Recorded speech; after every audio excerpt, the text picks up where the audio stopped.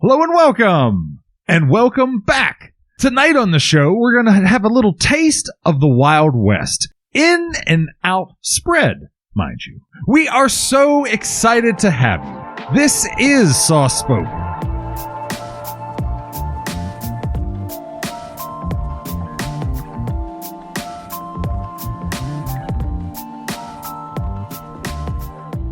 And we're back. We are Soft Spoken. We're the podcast detailing your favorite sauces, dips, and condiments. My name's Adam, and I'll be your host, and I'm joined here this week by my co-host, Tori. Hi there. Welcome back. Boy, we are so glad to be back. And how are you? You look great. And to my right, he recently got named ambassador to Saturn's moon, Titan, his home planet, our good friend, Eric. Man, that'd be a badass planet to be my home planet. Saturn. It's the moon of Saturn. The moon. Oh, It's the moon Saturn. Titan. Yeah. Titan. That's a cool moon. At least a cool name, because Very cool. The home planet. It's very nerdy kind Very of. But- cool. The U.S. Yeah, ambassador. very cool. Very Absolutely. cool. I think it's one of the frozen guess- ones. That's why in cross country freshman year I was Iceman. The I Iceman. liked it cool. I did. The That was my Iceman nickname. coming. I don't know how to respond to this. Cold as ice, brother. Oof. And now it's time to catch up with the hosts. Time to catch up. One of my favorite Marvel characters. Come on. Iceman's great. Iceman. Iceman. I never heard any of these guys. You're wearing a Seriously? blue shirt I today, am. which is kind of like a ice color. It's an icy color. It's like a baby blue Yeah. ice color. You're like Sub-Zero. There Speaking we go. of Sub-Zero. Also my favorite Mortal Kombat character. Is he really? Yeah. Of course. You like, I don't know. That tracks. Tori and I made a stop down to the infamous Burger King tonight. Yeah. On the way to your house, and we saw what Tori described as the Sub-Zero lookalike. Oh yeah. This guy had, what do they call him? Balaclavas? Or Yeah, like one of those, like, the things that become common lately, are like those like sleeve mask things that go Yeah. over your whole head and you pull up, and it was kind of like that, except for he wasn't using it as a mask. He just had it around his head in a Burger King for some reason. With his face exposed. His face was exposed. Yeah, he wasn't like a terrorist. No, it wasn't being used as a mask, so No. I don't know what its purpose was. Keep his head warm, homie. In a Burger King? Maybe it's a particularly cold Burger King. I don't know. Maybe he was going up on the roof for some reason. Maybe. You never know. But, well, that being said, anything else going on with your week there, Eric?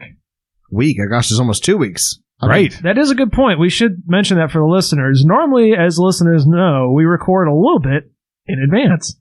This year, we've gone a little bit off the rails. We've started recording a little bit less in advance, but still slightly in advance. And then it all went off the rails a couple weeks ago because we did an episode, and then we recorded another one on a Monday, and then we didn't release an episode that week. Then we took a dark week because I was traveling for work. And then we released that episode the following week, which is today that we're recording. Oh, boy. But we recorded that episode almost 2 full weeks before that. The whole debacle, giant mess. I'm losing track of it even trying Were to you think taking notes, listener? I hope so. For yeah, your sake. so we got all discombobulated. We recorded on a Monday. We waited 2 weeks. We released episodes at weird times. The whole hot debate. Regardless, we are back here now at the usual time, recording the usual distance in advance for 2022 at least. Hopefully Sounds back fair. to normal. Got it. Yeah. Nailed it. All right. Woo! Even I was honestly lost. I wasn't paying attention on when things were dropping and when shows were becoming available. I'll be honest with you. I know they've talked about this before, that they set up the calendar for us to use, and the problem is that they had set that up with the intention of it being a 2-week delay, and then there was supposed to be some like stuff going on for, like, I know initially this recording that tonight was supposed to be the St. Patrick's Day recording, but that's because they set it up with a 2-week delay. Oh, yeah. So when it got corrected to the 1-week delay, now that's actually next week for recording, and we're recording a different episode today. So And see, I did use the calendar and purposely wore blue instead of wearing green. Because he's the Iceman. But next week And I'll be. see the next big week, circle there? See how it all circles back? Yes. Next week I'll be the leprechaun, Ah. which I'm All right. always the leprechaun. You're already 3/4 of the way there. That's so right. It's not much of a stretch. Just throw a hat on you. Yeah, green hat. But yeah, anything else going on in this 2 week, almost 2 full week? Actually, wait. We're not going to go back down this road. 2 weeks. Well, let's call it 2 weeks. Let's call it 2 weeks. It was great. It was a really good time. I got to visit with one of my college buddies up in Erie PA. Actually went up there to help him pack, but we managed to find some time to play some board games and go out to some restaurants and, drink some beers. So, we had a good time anyways, despite being there for actual, chores. Nice. Did you get into the Lord of the Rings? I know you were mentioning that. You know what? We didn't. He started it. A board game? No, we were just going to put on Lord of the Rings just kind of like as background, the extended editions. Have you ever seen them? Oh, yeah. Okay, I was going to say, I know you like movies. You don't like video games, and you don't like the internet, but you do like movies. I love movies. That's very true. So I've seen them all before, and the extended versions of all three of them, it's good 10 hours of your day. So we could just put it on in the morning and just pack while I think it's it's more going than on. that. I think it's closer to 12. Yeah, I mean, each one's a little over 3 hours, I think. So I think the last one's... I think they're closer to 3.5. I think the last one's solidly 4. Solid 4. Definitely done it before. I've binged them all in a day. Back in the day. Those are actually kind of old movies now.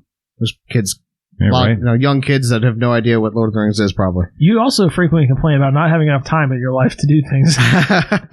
Watching 8.5-hour movies for fun. This podcast takes up so much of my time. But busy.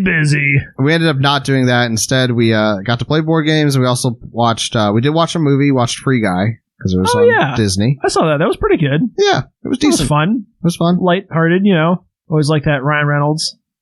Did you pick up any babes? No. You don't want Erie babes, bro. Sorry, listeners from Erie. I'm just calling it like it is. Ouch. It's not very nice. Other than the waitress, the one day that we interacted with when we were getting some Thai food, I had zero other real interaction with anyone other than him and his parents. So yeah, there was no picking up babes per se. What about your online dating? No babes. Yeah, that's still a thing, kind of. It is. I don't know. I keep putting out likes and I'm not hearing anything back. Just into the void. I'm going to have to give you another coaching. I got to see what messages you're sending to these young ladies because I know you're maxing that character limit on everyone. No. I'm doing better. Please like me back so I can finish parts 8 and 9 of this message. Wow. Oh boy. That was it, basically. Yeah, we watched one thing of noteworthy, I say, was he introduced me to an anime, which I'd never heard of, that came out in 2015, I think. It was called Psycho-Pass. Huh. Sounds like it'd be up your alley. Yeah, dystopian, futuristic setting. It was very good. I thought it was decent. Sweet. And that was about it. Okay, Tori. E. You got lots to tell me. I know you're chomping at the bit over there. Well, I had some plumbing issues earlier in the week. Yeah, I noticed that my kitchen faucet was leaking, and actually leaking quite a lot. Oh. Only when it was on. I don't know. It's bizarre. So I ended up taking the whole thing off. Replaced it. It's all good. Of course, I was very hungry. And it's not that old, though. No, it's really not. I think I know the problem. There was a little fatigue going on in the copper from it swiveling. Oh, gotcha. It's straight copper line. It's not the braid. Gotcha. I think. That's the only thing that I could see that makes any sense. Okay. But screw it. It's gone. It's in the garbage. And I was very hungry because I was working so hard. Makes sense. And I told my wife that she needs to get me a Dave's Double from Wendy's. And that fulfill the ancient prophecy and get me a Dave's Double from Wendy's. Dare I ask what the prophecy is? That was the prophecy. I need a Dave's Double from Wendy's. Oh, I didn't know it was thou shalt getteth the Dave's Double when doing plumbing work or something? Nah, Tor just needs one now. Oh, okay. That tracks. Yeah, I mean, I wasn't doing anything. Well, I really had a hankering for it, and I had one, and it was excellent, bro. Good. It was the best Dave's Double I ever had. Wow. Needless to say, I had to sit in the drive-thru myself alone. She wouldn't get me a Dave's Double. You had to get it yourself? Yeah. Oh. Couldn't fulfill the ancient prophecy and for me. she stayed home and finished the plumbing work, I assume? Oh, yeah, right. Oh, boy. Yeah, I got a good Dave's Double. Yeah. That gives you a little inkling as to how exciting my day today is. I get really excited about a good Wendy's burger from 10 days ago. Sometimes when you have that craving and it hits the spot, though, I can understand that. Oh, man, it crushed it. And it's the one in Lawrenceville. It's the Wendy's in Lawrenceville at the end of the bridge. And wow. I was tempted to go back the following day for another Dave's Double. Wow. Honest to goodness. Good. Yeah. Wow. I was sold, bro. Really speaking volumes. Wendy's, I think, is good. Better than, I don't know, Burger King. Nothing wrong with Burger King, but I think that they've gone downhill in recent years, and I think Wendy's has picked up the slack. That's all I'm saying. No, I agree with that. I think premium when it comes to like fast food and like getting a sandwich that literally looks like like off the menu, like pristine, well built. Wendy's usually does nail it. This is all going to tie in beautifully to the episode tonight. But anything else going on with your week, Tor, or is that pretty much it? Oh, heck. I started a voice acting class, a voiceover class. Yeah, I was telling you about that a little bit earlier. Good for us soon. Be off the podcast. Oh, boy. Moving on to bigger and better. Moving on to audiobooks of... Might be moving out to Los Angeles. Medical textbooks. Probably not. Yeah. Don't hold your breath. But I ran into one of our previous guests over the weekend, actually. So I thought it was kind of wild. Which one? Which one? Ryan. Oh, cool. Oh, yeah. Where at? I bumped into him at work. No, not at the gym. I was at work, and he needed some advice on building a frame, essentially. I was like... Interesting. It was interesting. Started talking to him about, like, I'm like, well, like I was like, I think a 1x, piece of lumber would be perfect for what you're looking for. He's like, I don't know. It seems kind of big. I'm like, well, it's only 3/4 wide, Oh, I didn't know that. I'm like, okay. You don't build stuff with lumber much. Like, nope. He's into building muscles. That's there. right. Yeah, he is. So he owns a gym though, so it's cool. That's, but yeah, I helped him with some stuff at Home Depot. So that was pretty cool. Very good. Yeah, well, it's funny that you guys should be talking all that. We were talking about Tori moving out to Los Angeles potentially for his voice acting. Woo! We're talking about look out, L.A. some really good burgers and stuff like that, and I mentioned earlier on the show and why we had to take the dark week was I was doing a little bit of work travel, and I was out there for 10 days, and I was in sunny Southern California, not too far north of Los Angeles, as a matter of fact, and it was beautiful out there. I will say the weather was phenomenal. The scenery was truly majestic. I had a really nice time. It was a work trip, but luckily they had a little bit of time left over on the weekends and at the end of the day to go out there and have a little bit of fun. Personally, I rented a motorcycle out there, a Triumph Bonneville Speedmaster, and like a cruiser type bike, not what I usually ride. Super fun, perfect for that area. Loved it a lot. Great bike, pulls like a mule. And the one day I went down the sunny Pacific Coast Highway, got some really great pictures, made it almost all the way to Los Angeles before traffic became an absolute nightmare and I turned back around. Got some really great pictures. You can pretty much turn anywhere within a 360 and get a postcard-worthy picture out there. It's that pretty. And then the next day, some of the locals I was out there working with pointed me towards Route 33, which takes you up into the mountains past Ojai, and was weaving my way up through mountains, just watching the elevation climb, 2,000, 3,000, 4,000, 5,000 feet on this bike and some real hairpin turns on some sketchy mountain roads with not a lot of guardrails. So pretty wild stuff. That sounds awesome. It was truly awesome. Yeah, there was, rocks I was dodging on the ground, other motorcycles flying past.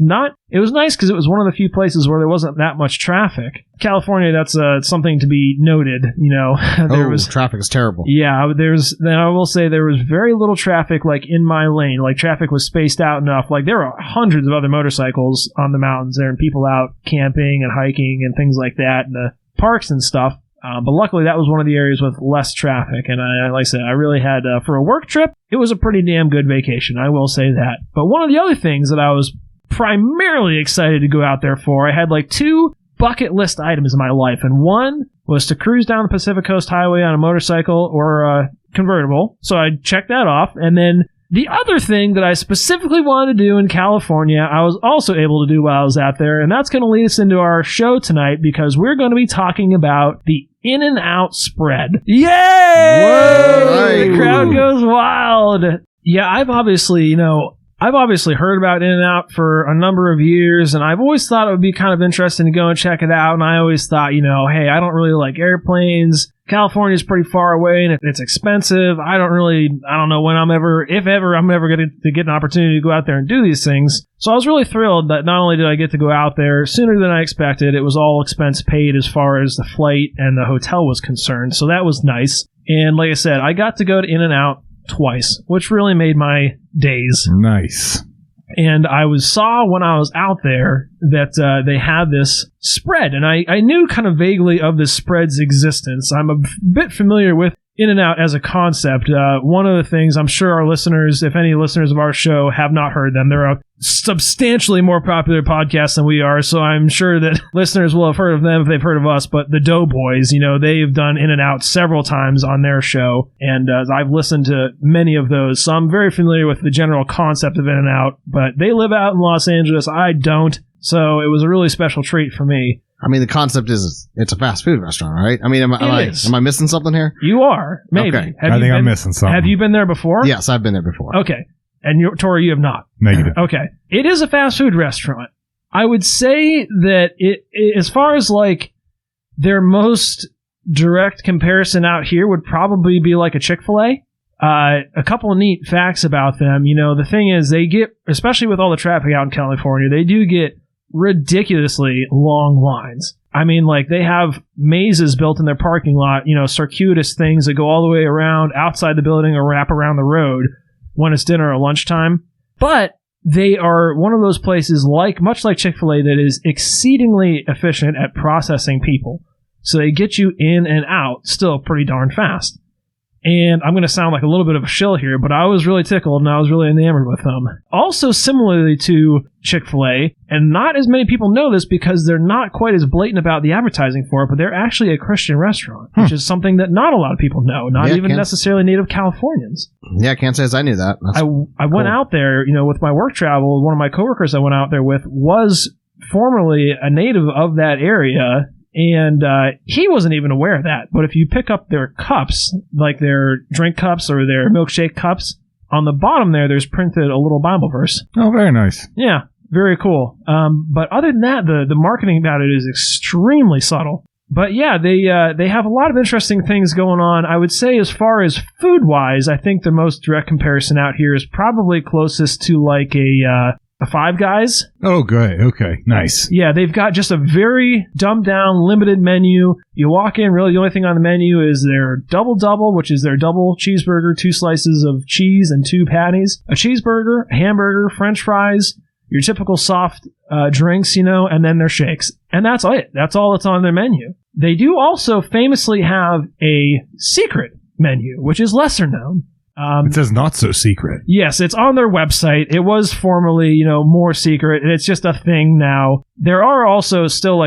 there are secret menu items too, but it's basically just combination of ingredients they already have. Like they're not really bringing anything special to it as far as that goes. Quad. Oh boy. Yeah, they have a double meat on the secret menu, a double meat, a 3x3, a 4x4, 4 patties and 4 slices of cheese, a grilled cheese, a protein style, which is lettuce wrapped, and the extremely famous animal style, which we'll get more into later. But yeah, very interesting. And the other key thing that I wanted to touch on, and I know this is also going to appeal to you, Tori, one of, if not the cheapest place I ate out there. Huh. A fraction of the cost of Five Guys. Ain't that something? I wouldn't have expected that. The first meal I ate out there, I'm trying to remember exactly what I got. I believe I got a double, a cheeseburger, an animal style fry. I may have gotten a drink too, and it was like $13. That's a lot of food. Yeah, and that's a hefty portion of food. Wow. But other than that, I'll say like their burgers are good, good quality. They're fast. They're inexpensive. They're a lot of lettuce and tomato and onion on pickle. That's good, high quality and fresh. That's all I have to say about In-N-Out for now. I was enamored. It really tickled me. Checked 2 bucket list items off in the course of 1 week. So I was really thrilled about that. But without further ado, let's get into the actual spread itself. So, the interesting thing about this spread is, well, there's a couple interesting things. The one key thing that I will mention is that it has to remain refrigerated, which I was a little bit alarmed to find out when I got this for us because I was trying to figure out how I was going to transport it all the way from California back to Pittsburgh for us to try. So I believe I managed to do that in a way that I did have to freeze it. So I would say the sauce that we tried was frozen. I don't think it mattered. I don't think it hurt it in any way, shape, or form. And it remained refrigerated for the rest of that time. And it is, at this point, a week and a half old. But other than that, Eric, do you want to lead us off with a visual description of the outside of the container this arrived in? Sure. So as Adam just told us in lengthy detail about how he came about getting I haven't ranted about it's been a long time since I went on like a 25-minute rant. I zoned in and out probably 3 times. That's fair. So yes, this is a packet like you would get from the restaurant. Like a ketchup packet. Like a ketchup packet, but supersized and truly supersized, because this sucker's probably 5.5 inches long by, I don't know, 1.5 inches wide. That was what first caught my eye about it. I saw it sitting on a table next to me. I said, what is that? Yeah, I'm like, oh, that's a sauce packet. That's the comically monster. large ketchup pack. I'm like, I've got to find out how to get these. It's pretty cool. It's very plain, I would say. You know, it's not trying to advertise itself too much here. It's got a white side on it where it has the In and Out Burger logo, which is an arrow shooting up at an angle and then shooting back kind of horizontally. And then it says, that's like behind the In and Out name of the restaurant. And then it says spread in big, bold red text. And then it's just on the white background. And then it's got a little tear here spot. I really like the tear here being such a large packet. It had a very clear slot where you could easily start. I think anyone would have no problem seeing that, breaking that little extra spot, and then there's enough there to give your hand nice purchase to actually tear. Because I know sometimes the little packets that they give you nowadays, they're so tiny you just can't get your fingers on the edge to actually tear it open. And then those big man hands you got. Yeah. This is a sauce packet sized for men. And then the hollow area None of our size. For men is only going up like half of it, and it clearly goes through it. So when I cut that, when I tore off this package, it spread very easily. There was no problem there, which I like. And then on the other side, it was transparent. It said keep refrigerated, intended for immediate consumption, not labeled for resale. Adam snuck it out of there anyways. I did. And I didn't resell it. I didn't make you pay for it. Not yet. I did want to touch on quickly the interior of the restaurants, which is this very charming, bright white with white wallpaper and white tile, and it's very bright and cheery. The wallpaper is actually little palm trees on it, little red palm trees, because that's the other thing with their logos. They have the cross palm trees. Okay. And I was told that every In-N-Out actually, palm trees are not native to California, and In-N-Outs are only in the western area of the country. But I was told that at every restaurant, they attempt to have 2 palm trees grown so that they cross each other like that, and kind of like those arcing things, like their labels. Wow. Kind of wish there was palm trees on this package now. That sounds cool. It is cool. Tori, do you want to go ahead and give us a little visual description of the sauce? So you're going to have to go a little bit off memory because we did polish this off pretty good. I am. And we have you did a great job of smuggling this out of the In-N-Out burger, but sadly, with that comes a finite amount. We don't have a big bottle that we can, that we can go back to. So sadly, I will be relying on my stone cold steel trap memory. So bear with me. But I think what we had there on the plate, I think it's fair to say, was very Thousand Island dressing-esque. I think that's very, very fair to say. Just looking at it, it shared that same sort of salmony, sort of pinkish, orangey hue color that's, of course, very prevalent in Thousand Island dressing. It had the chunks, of course, which I can only imagine were pickles. I believe so. Diced up pickles, which, that's a home run, Thousand Island dressing. Yeah, and just for context, we had that on burgers made by Adam, and there was also Burger King French fries that were supplied for us. So, had them on both, and boy, it was pretty good. And being a good east of the Mississippi, a good fella from the east of the Mississippi, and I've known nothing of In-N-Out burgers. This was pretty darn good, albeit close to Thousand Island dressing.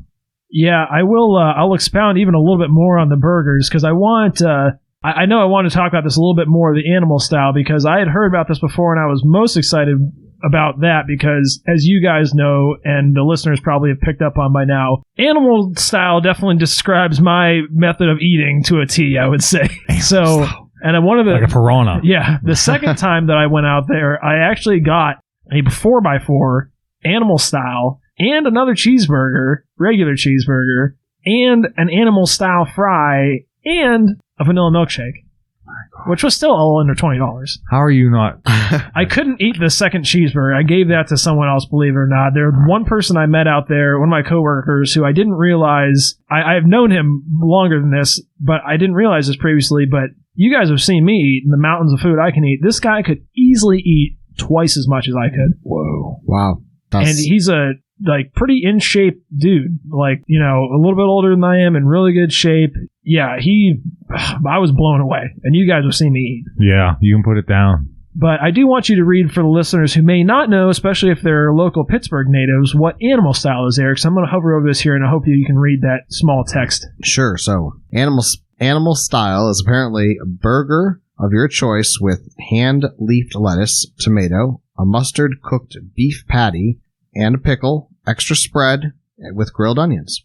Yep. Well, that sounds pretty simple. So normally they have like normally they just put on the fresh onions, Right. White onions. With the animal style, they do grill the onions, and they put on extra that spread, so it's particularly sloppy. And the other thing that I wanted to mention, too, was the mustard-cooked beef patty, which I was not familiar with before that. That was actually a revelation to me. Yeah, I'm not familiar with that either. Those burgers that I made for you guys tonight, I did actually do like a mustard rub on the outside of those before I grilled them. So that was one of the things I did try to do somewhat of an imitation of what they had. I did use the lettuce, the pickle, the white onion, cheese on the burger, a mustard grilled patty. I tried to come as close as I could, although it's obviously not going to be quite perfect, but I think it got in the ballpark, especially with the spread being kind of the key ingredient there. Tell you what, Adam, I wasn't even hungry, and I still crushed that hamburger. It was delicious. Animal style. I know, I was surprised, especially after you spent all that time shitting on my chili.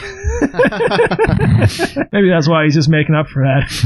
He's like, oh God, I don't want Adam to stop cooking for me. Yeah, that'd be a real shame. I wouldn't do that to you, buddy. But without further ado, I think it's time we got into our initial tasting notes. Tori, do you want to go ahead and lead us off with some of your thoughts on that? Yeah, certainly had a cream to it.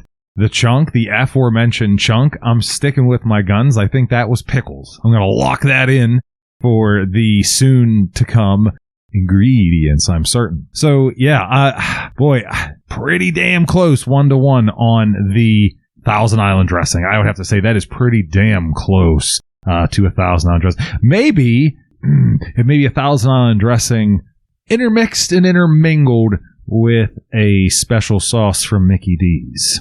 Okay, that's an interesting... Maybe a hybrid of those two, possibly. But, yeah, I really liked it. I thought it was dang good. Different. I mean, certainly different. I find it interesting that they go out of their way on several occasions to call it a spread. Yes, as opposed to like a sauce or something. Sure, absolutely. Yeah. Which, of course... I think the next logical question there would be, is there a definition? Is there something that delineates a spread from something you would get in a bottle from a sauce? So I don't know. That's a burning question I have at the moment. For them to go out of their way and not slip, not once, and call it the In-N-Out sauce. Right. Leads me to believe there's something hiding on you. Yeah, you might be right on that. I have some personal thoughts on that, but I think maybe what we'll do is check it out in the show notes.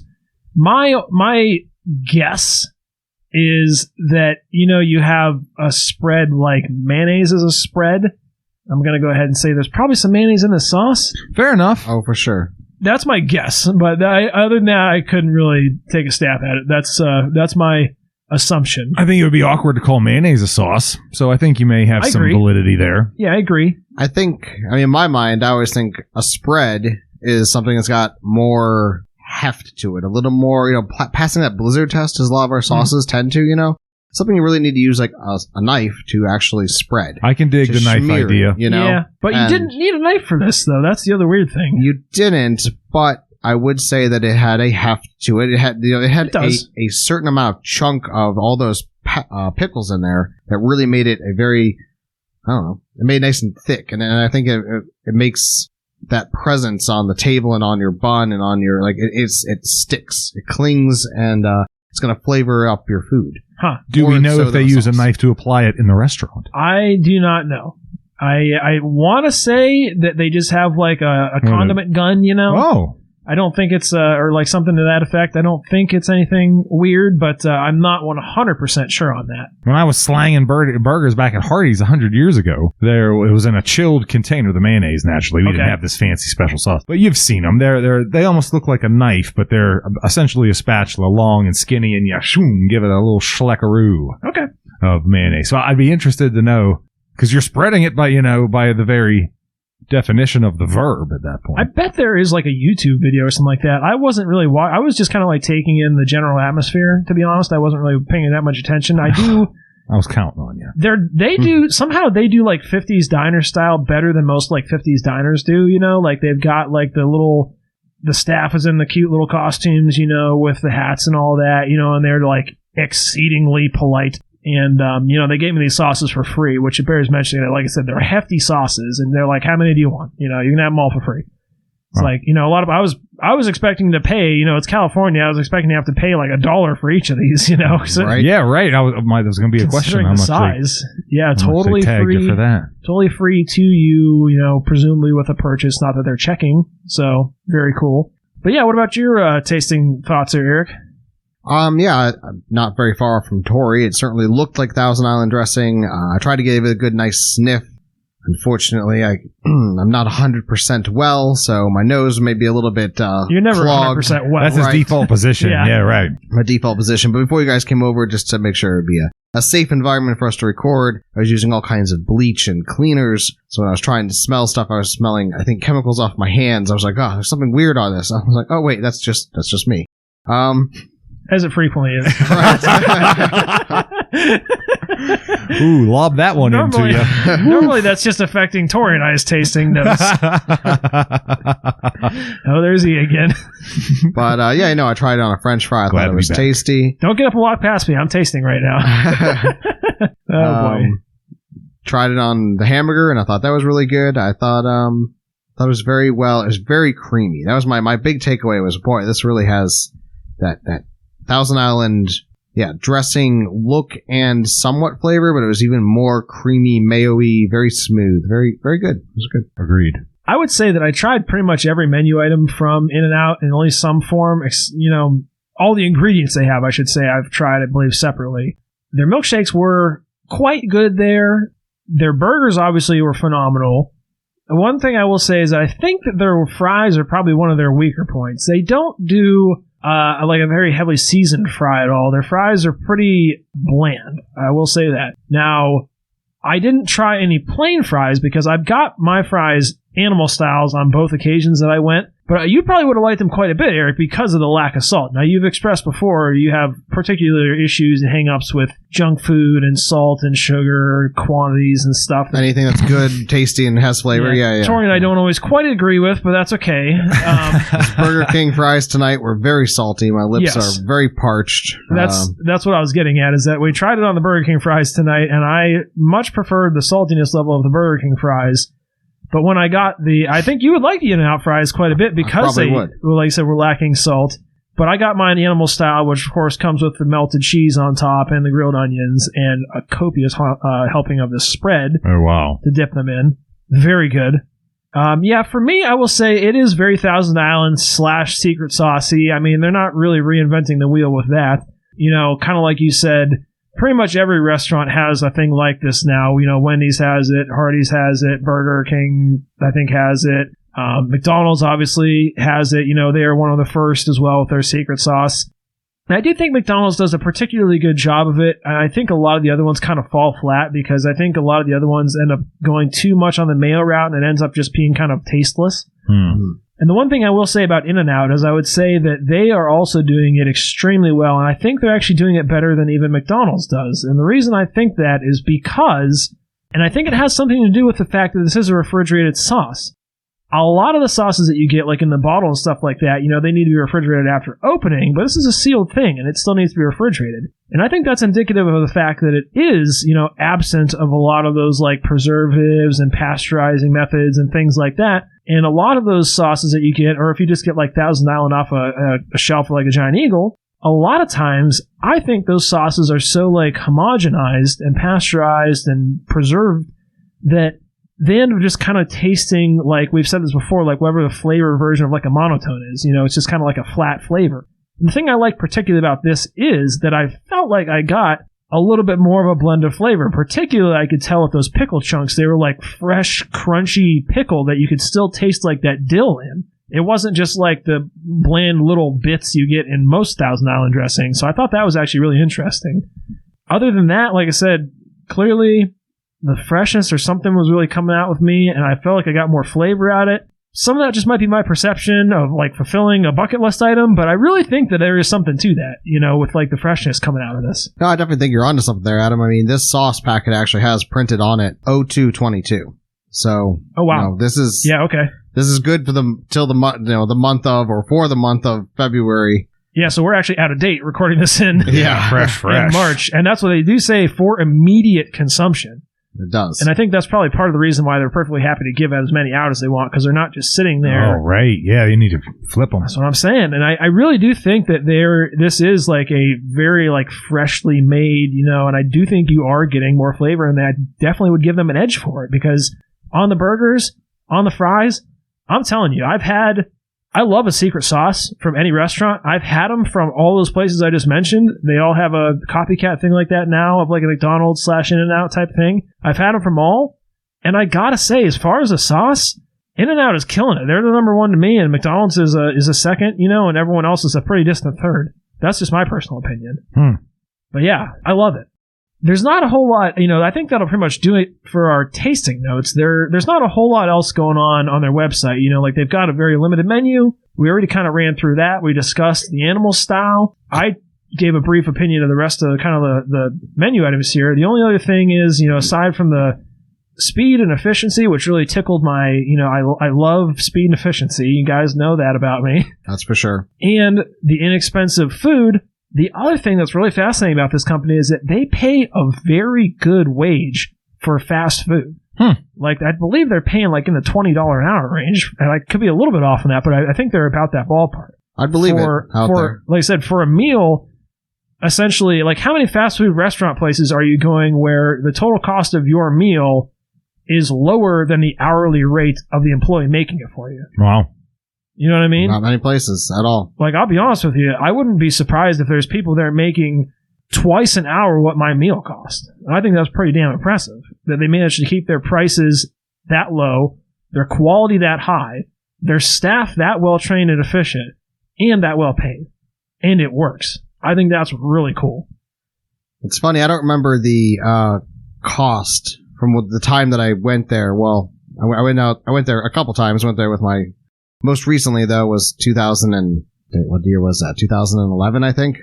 So, talking a decade ago. Yeah. You know, so it was a while ago. I don't entirely remember the cost. I don't remember it being like, oh, so shockingly cheap, but as you were just there, so, and then these prices, you know, that's pretty cool. It's pretty amazing. I know it was funny when you were sending us pictures from California, Adam. I actually looked up their locations. I think they have like 260 locations. They're everywhere out there. Yeah, they're as far east as I think Arkansas is their farthest one east. Yeah, that's the other thing I appreciate about them is that they're not willing to compromise on their quality in order to just expand more and be a global thing.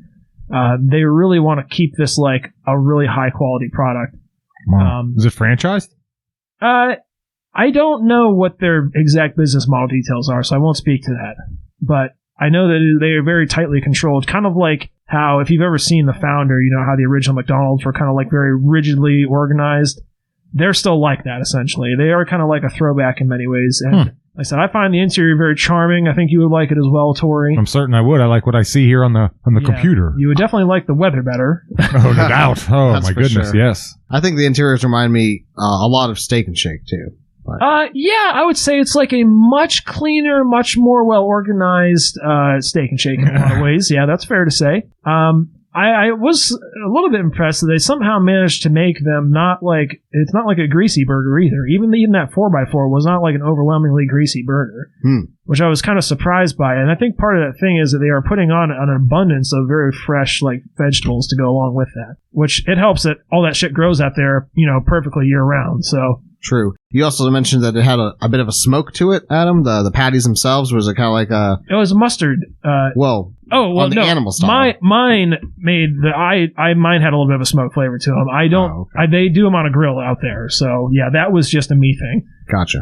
Yeah, I know it is time for Eric's favorite segment of the show, the ingredients. And I think we're going to run into a little bit of an issue here because, obviously, they're not willing to share the exact recipe that they use. I did find a copycat on here. We can go ahead and take a read off that. I would say, listeners, you know, take this with a grain of salt. For sure. There's no ingredients on the back of that pack? There are no ingredients, no. Wow. Yeah.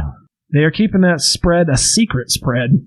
We could call customer service for more information. They would probably be willing to tell you just for like dietary and nutritional reasons if I had to guess, but I don't feel like we need to go through. I mean, I think we kind of have the gist of it already. Yeah, we have to harass these poor people. It says, for allergen purposes, this does contain eggs in mayonnaise. So There you go. I've seen that coming. But why don't you go ahead, Eric, and you can read us off an ingredient of a copycat recipe that, if listeners want to try to replicate, might be, in the ballpark, may not be. We didn't try it, so. So I'll read this entire ingredients list in full in case you guys wanted to, in case the listeners want to. It's only like 6 things make there. this. Well, go ahead, E. I'm not going to just name each ingredient. I'm going to go ahead and tell you how much of each ingredient they're recommending. Is what I'm saying. All so right. a half cup of mayonnaise, 3 tablespoons of ketchup, 1 teaspoon of yellow mustard, 1 teaspoon of white vinegar, 2.5 tablespoons of sweet pickle relish, a dash of salt, and a dash of black pepper. Keep it simple here, and it's good. Now let's credit the author of this. What's the website name? This is domesticsuperhero.com. And that's just copycat in and out sauce is what they're calling it. They didn't call it spread, so they're already off to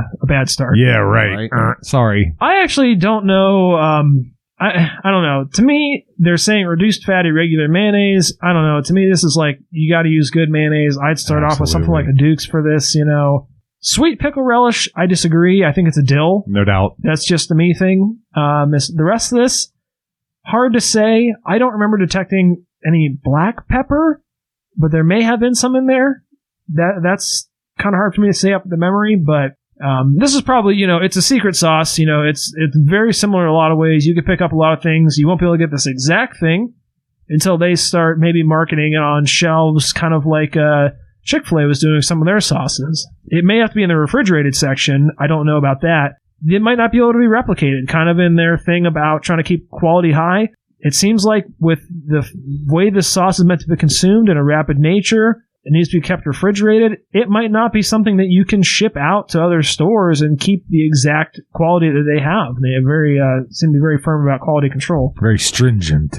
It's got to be fresh with them, it seems. And so that's cool. It's good to hear that they had such a good time there and they were able to smuggle this back for us, basically. Yeah, that's pretty cool. I was very happy to see that it did not explode in my checked luggage. I only got 3 of them. I didn't want to be too greedy on their generosity. So I only did get 3, and all 3 of them did make it back to Pittsburgh through 2 flights successfully. Fabulous. So, good news. How many times did you eat there? Just the twice? Just the 2 times. And I made a very distinct point when I was out there to not eat at any place in California that I could eat at in Pittsburgh.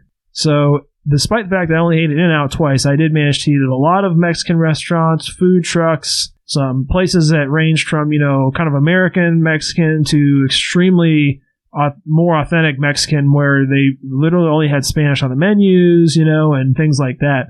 And very cool. Yeah, and then just kind of a variety of other things down there. Another thing that I discovered down there that they have that I really particularly enjoyed is a Hawaiian barbecue, which I like a lot. Hawaiian barbecue, like that's the name of the restaurant, or the style of the food?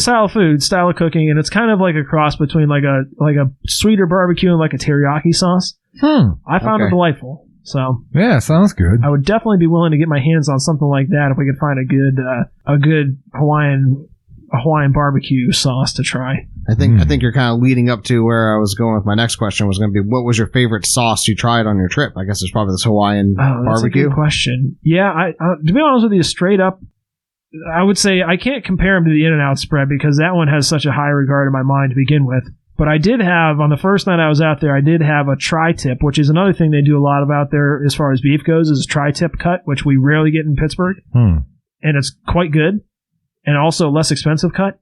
And I got like a Hawaiian barbecue tri-tip the first night I was out there, and it was phenomenal. That would really set the tone for the rest of the food. And I normally eat like 1 big meal a day, and I was eating like at least 2 meals a day just to eat as many different places as I could out there. I also got, the one time I got this like carne asada fry. It was called like the Piggy Chavalaza or something like that. It was a meal. It came with a couple of tacos and some little vegetables and a soft drink and carne asada fries with like this red, oily, almost like a chimichurri type dipping sauce. It was all, so good.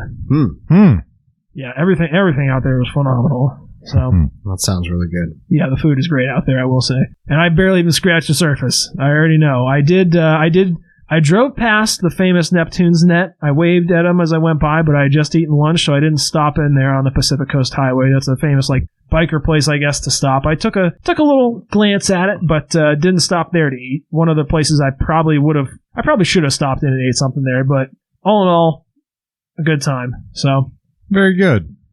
we touched on the website. We attempted to touch on the ingredients, so I think now it's time for us to get on to the ratings portion of the show. I'll go first.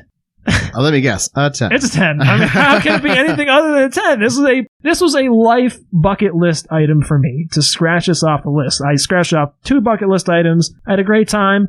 Amazing food.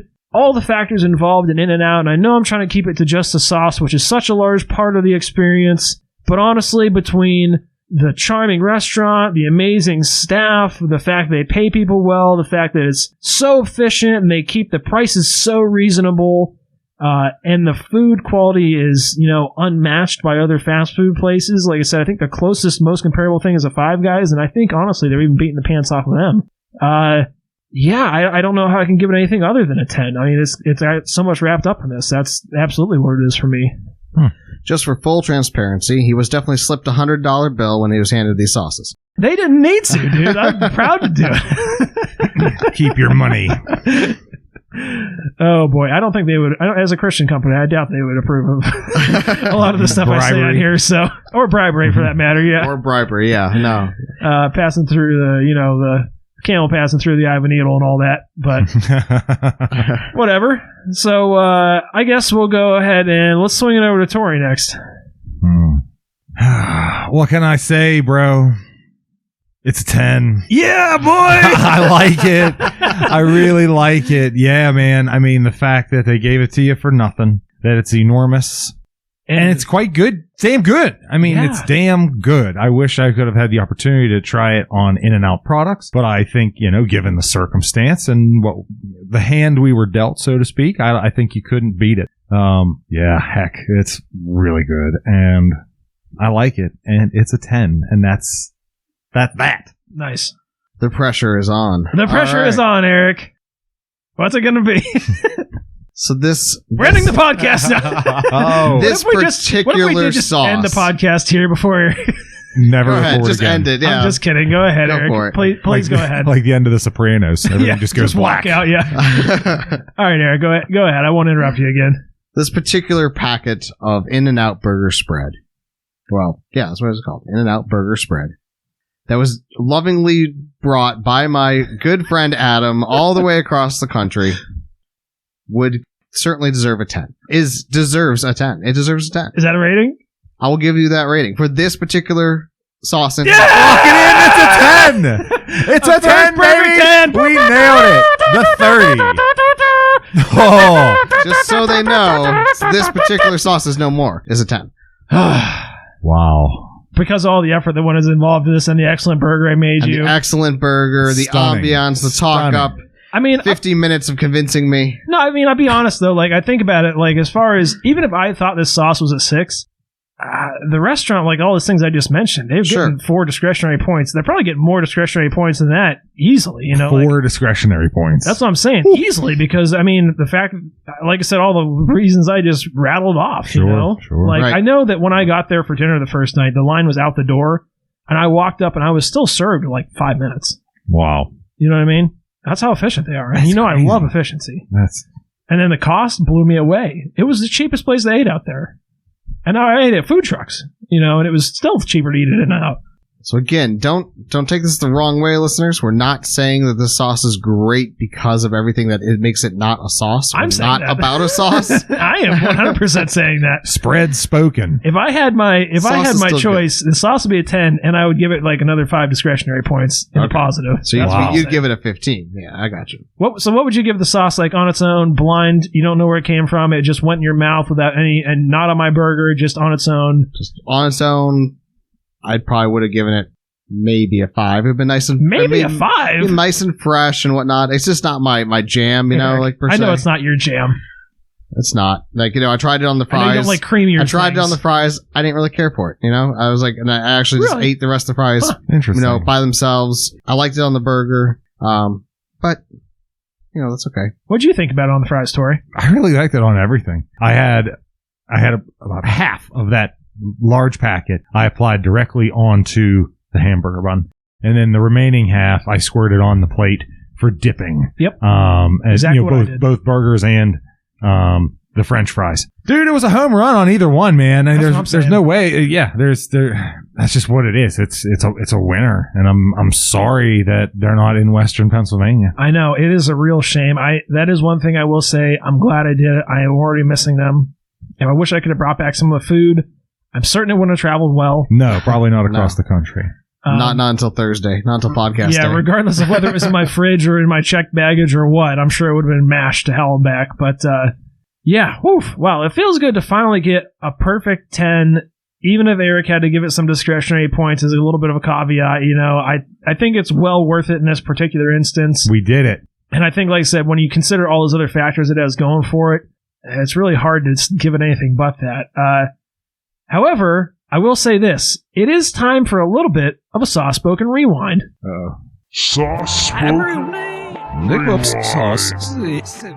Because I made a promise to the listeners a little while back. I intend to deliver on that promise, and I did so, in fact, deliver on that promise this past weekend, even if the listeners weren't aware of it. And I can see you guys giving a little bit of a side-eye because I think you've forgotten this promise, but a few episodes back, we tried the Mike's Hot Honey. Oh. And I made a promise to you both and to the listeners. Oh, that's right. That I gave it a 9 with an asterisk, and I wanted to try it on something else. Specifically, I wanted to try it on either like a chicken sandwich or a pizza. Specifically, in this instance, an Ironborn Pizza, a Pittsburgh institution, a local chain that makes a very interesting style, I believe a Brooklyn-style pizza. And I, in fact, got one of those this past weekend. I purchased from Ironborn Pizza their, I believe it's called like the spicy meats combo pizza or something to that effect. I butchered the name. It's not like that, but they say it is their number one top-selling pizza. And it's got like, the way they do the pizza is interesting. It's a thick crust, kind of like almost like a personal pan pizza crust. They put a heavy layer of cheese on top, melted. And then it's almost kind of like deep dish style where they have your toppings and then the sauce. And it had like a pepperoni and like a spicy salami type thing with some banana peppers, and then they drizzle the Mike's hot honey on top of that. On top of the cheese. On top of the whole mess. The whole mess. So you're building up kind of like a Chicago style where they have the sauce on top. Yeah, it's kind of like a Chicago style deep dish, but it's not quite that thick of a crust. It is a thick crust, but it is a little bit of a different animal, I will say. Okay. But the sauce is on top, kind of like that. Yeah. It's not quite as heavy as the Chicago style deep dish, but still quite good. And I will say this. I gave it a 9. I gave that sauce a 9 with an asterisk because I wanted to try it on something else. And I will say this. On that pizza, it was damn good. It definitely elevated, and it was subtle. That was one thing we liked about it before. It brought a little bit of that heat, but with those other spicy ingredients, what I noticed is that real sweetness kind of like brought another like depth to the flavor that you weren't otherwise getting because you're already getting some of that heat. So you didn't notice that as much, and it did bring a little bit more of that sweetness. But it's kind of like what we were saying, with the balance between the sweetness and the heat, because that pizza had a couple of spicier ingredients on it, the balance was more in its favor, and it was subtle, and it was good. And for that reason, I'm going to bump that one up to a 10. We got a 10. 10. 10. Wow. 2 tens episode. Wow. A 60-pointer episode. 60-pointer. Wow. We're never going to have anything score higher than that. That's huge. Yeah, so that's I was excited to share that too. Unreal. I tried that this past weekend. I really think we all need to get Ironborn Pizza again. They've got a really big... The thing is, they make like a nice little 6-cup pizza. They're personal size. They're like $16. Not outrageously priced. They make a garlic pull-apart bread that's really good. I also had that. That sounds good. Yeah. I think you can get this Mike's Hot Honey on any other pizzas. They have a variety of interesting combinations, more than like your typical stuff, so I found that really fascinating. Good quality ingredients again. And like I said, I believe they're a local Pittsburgh institution. I tried to do a little bit of look. I think they only have 2 locations. One in the Strip and one in Millvale. Wow. So, yeah, you called it a chain earlier. I thought, it's not quite a chain with only 2 locations, but I get it. Yeah, okay. But I definitely thought they did a really good job, and I think that Mike's Hot Honey really knocked it out of the park on that pizza. Awesome. Great to hear. I did enjoy that Mike's Hot Honey a lot. That was a really good interesting twist on the honey, which is already a delicious start, a great base. So It's true. Different. Yeah, so I think honey's what's helping me get over my sickness personally. Sorry for cutting you off there. no, you're good. You think honey's helping you get over your sickness? I do. I put the last of your honey. Oh shit! Wow. Okay. In my tea. The very last of my honey, because all the bees are dead. You know that, right? No. Oh, you didn't know that? I didn't. Yeah, all my bees died, dude, or they left. They absconded. Ooh. Yeah, I think they got a mite infestation, but that's the colony collapse disorder is real, bro. Damn, I'm sorry. I thought I told you that. That's okay. No. It's okay. I like doing it, but it was a little bit of a tricky thing because of the area I live in, and I was always a little bit nervous about it with the kids out playing and stuff. So I think, you know what, it's okay. A little bit of a disappointment, obviously, because there was a certain investment that went into that, my time and money. So, but that's okay. I do still have a little bit of honey left, and actually, we can talk about this more on air, but one of the hives that they absconded from does still have honey in it. So, kind of interesting. That's interesting. Neat. But yeah, honey is, the only food that doesn't ever go bad. Your favorite type of food. It is. It really is. I know. I think were we talking about that on the podcast? How we may have. They're pulling honey out of the Egyptian pyramids. Yeah, absolutely. It's still good. Yep. Still edible. Whoa. 3,000 years later. It is naturally like antimicrobial and antibiotic, by nature. Right. So you can put it on wounds, to heal, to help keep them free of bacteria and stuff. Yeah, it's essentially the same way that they preserve things. You can preserve things with salt, you can preserve them with vinegar, but you can also preserve them with sugar because it has a certain osmotic action, and it literally will pull the water out of living molecules. Damn. Yeah. Science is cool. That's how they preserve jams and jellies and stuff. And you guys know what the difference between a jam and a jelly is, right? I think we do. Yep. That's a Adam's throwback. favorite joke. That's a throwback joke. All right. Well, yeah, we think this was a really fun episode. Obviously a landmark episode for us to come back on. Landmark is right. We had a little bit of a struggle last week. We kind of botched what we were attempting to do. So I know we were going to talk about getting onto those desert heat sauces, which we will be doing at some point, but due to the flop nature of our last episode, we had fun. Yeah, it was fun. Entertaining, but it was fun. Didn't go exactly the way we planned, so I kind of wanted to have something that was a little bit more planned, to put a little bit more effort into it, and hopefully go a little bit better, and it did, and it delivered. So I'm happy that it worked out as intended. Yeah, we'll get back to those desert heat sauces eventually. Yeah, I think they have a lot of potential. No, so yeah. I would say, like I said, next week, I am planning for us to record our St. Patrick's Day episode. But then maybe the following one after that, we'll get back to the desert heat just so the listeners know what to expect. And then we'll be going on a bit of a hiatus from hot sauces because we've been doing a lot of hot sauces this year. Yeah, that's right. And to be quite frank, my stomach ulcers need to heal.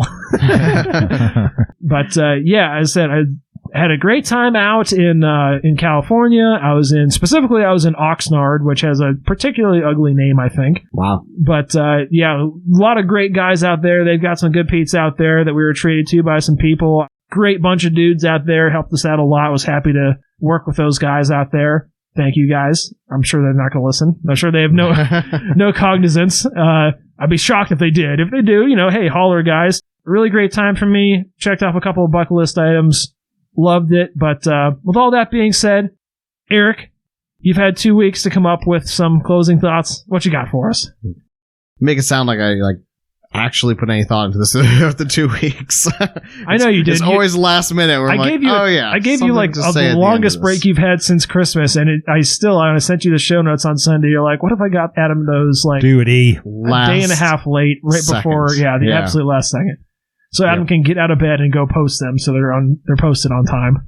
Cuddled up with my kitties. Get out of bed, kitties! I gotta go post fucking show notes.